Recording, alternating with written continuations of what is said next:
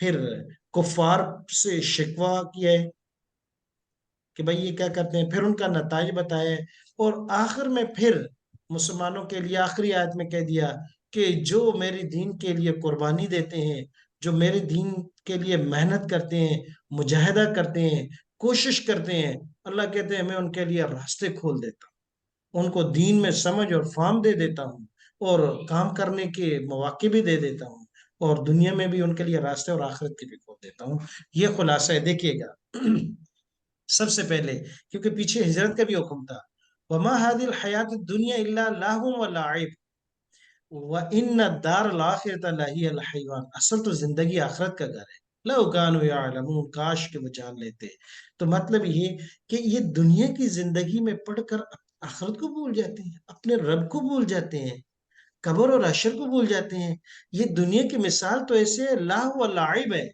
جیسے چھوٹے بچے ریت میں کھیلتے ہیں، چھوٹے چھوٹے گھروندے بناتے ہیں اور چھوٹی چھوٹی چیزیں بناتے ہیں، اور لہو ہے، کھیل ہے ان کے لیے، تماشا ہے، پھر آخر میں اٹھ کے اس کو خود ہی ملیا مٹ کر کے چلے جاتے ہیں۔ تو دنیا کی حقیقت یہی ہے بھائی، یہ گھر، بلڈنگ، بیلنس، لگژریز، سب چیزیں ختم۔ وما هذه الحیات الدنیا لہو و لعب، ایسے کھیل کی طرح ہے، جیسے کھیل شروع ہوتے ہیں تو بڑا خوش ہوتا ہے آدمی، اور لیکن وہ کھیل ساری زندگی نہیں چلتا۔ فٹ بال ہے تو 3 گھنٹے ہے، کرکٹ ہے تو چلو 8 گھنٹے سے ہی، 7 گھنٹے سے ہی، کوئی اور گیم ہے لیکن ختم ہو جاتا ہے۔ دنیا کی زندگی بھی ایک کھیل ہے، اور کھیل کے لیے سب کچھ نہیں لگایا جاتا، چلو تھوڑا بہت ہو گیا تو ہو گیا، لیکن واپس آ جاؤ۔ وَإِنَّ الدَّارَ الْآخِرَةَ لَهِيَ الْحَيَوَانُ، اصل تو زندگی جو ہے وہ آخرت کی ہے، اس کے لو كانوا يعلمون، کاش کہ یہ کسی کو بات سمجھ میں آ جائے، کاش کہ یہ بات کسی کو سمجھ میں آ جائے۔ یہ ایسے ہی کہ ایک دفعہ ایک طالب علم نے سوال کیا، کہ وہ ایک سائنس پر مختلف قسم کے آج کے تجربات ہوتے ہیں، تو آخر آپ صلی اللہ علیہ وسلم کی سنت ثابت ہو جاتی ہے،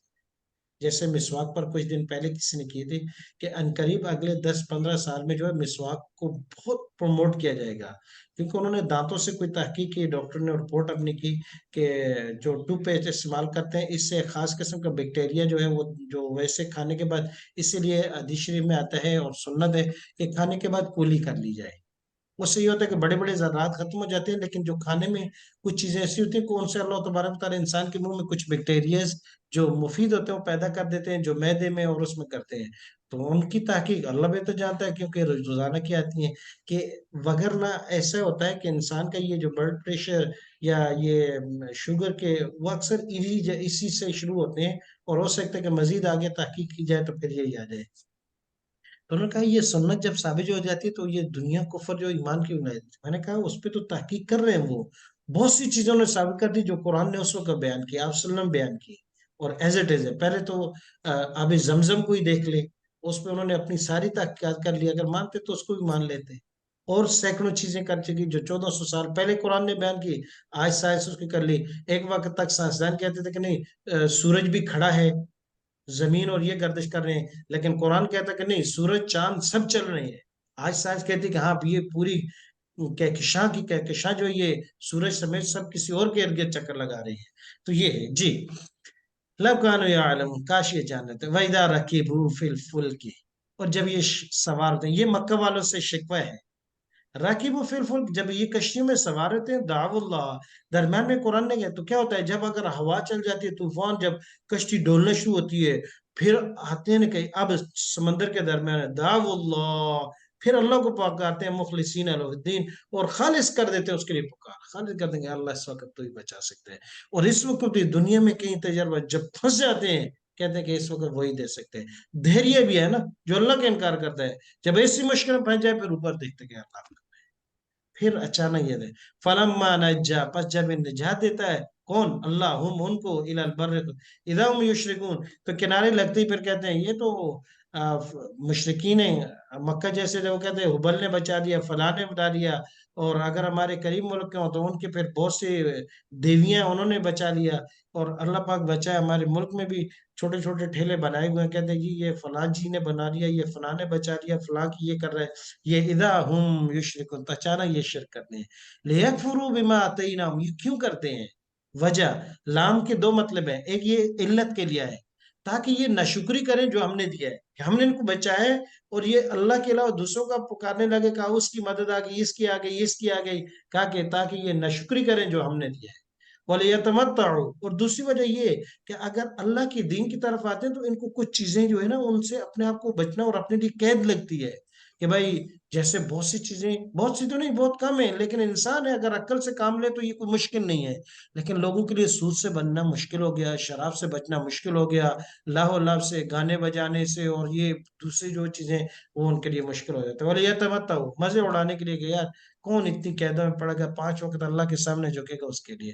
فسوف یعلمون، ان قریب یا جان لیں گے کہ بڑے گھاٹے کا سودا کر رہے ہیں۔ اولم یرو، کیا یہ نہیں دیکھتے، انا جعلنا، یہ مکہ والوں کو خطاب ہے، کہ یہ مکہ والے نہیں دیکھتے کہ مکہ کو اللہ پاک نے حرم بنایا ہے، اور آج بھی وہاں امن ہے، اور باقی عرب اس وقت بھی جنگ و جدال میں، لڑائی جھگڑے لگے رہتے تھے، لیکن یہاں نہیں تھی، اور آج بھی حرم مکہ میں کوئی قتل، کوئی غارت، کوئی ڈکیتی، کوئی بھی نہیں، امن کی جگہ ہے۔ وَيُتَخَطَّفُ النَّاسُ مِنْ حَوْلِهِمْ، اور ان کے ارد گرد سے لوگ جو ہے عرب میں ایک حالات خراب ہو رہے ہیں اس وقت، اور جھگڑے، مار دھاڑ، لیکن یہ افا بالباطل یؤمنون،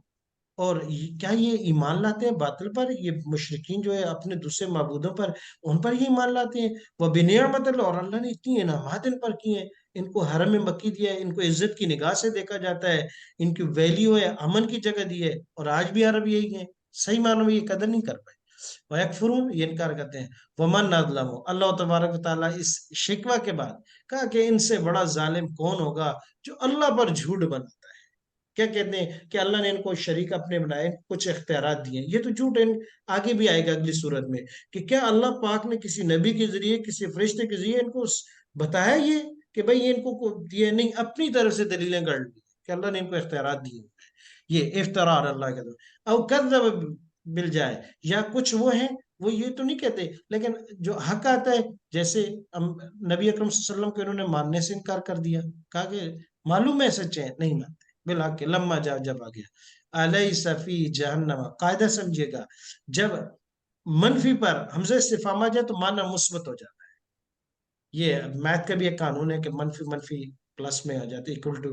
تو یہی ہے، یہ حمزہ بھی استفہام انکار کریے، لیسا بھی منفی کے لیے، تو اب یہ پلس کے معنی میں آ گیا، مثبت میں الیس فی جہنم، یقیناً جہنم، مسون، ٹھکانہ ہے للکافرین، کافروں کا، والذین، اب یہ تسلی ہے مسلمانوں کے لیے کہ اے ایمان والو، اے دین پہ چلنے والو، پریشان نہیں ہونا، کیوں؟ والذین جاہدو،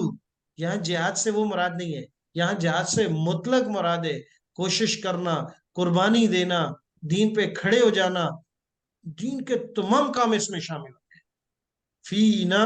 ای فی دیننا، ہمارے دین کے لیے، تو اللہ کہتے ہیں لَنَهْدِيَنَّهُمْ سُبُلَنَا، ابتدائی آزمائشیں بھی آ جاتی ہیں، مشکلات بھی آ جاتی ہیں، لیکن پھر اس کے بعد اللہ کہتے ہیں لَنَهْدِيَنَّهُمْ سُبُلَنَا، ہم راستے آسان کر دیں گے آپ کے لیے، اور آگے کا وَإِنَّ اللَّهَ، اے ایمان والو، مسائب پریشانیاں وقتی طور پر آ جائیں لیکن کوئی بات نہیں،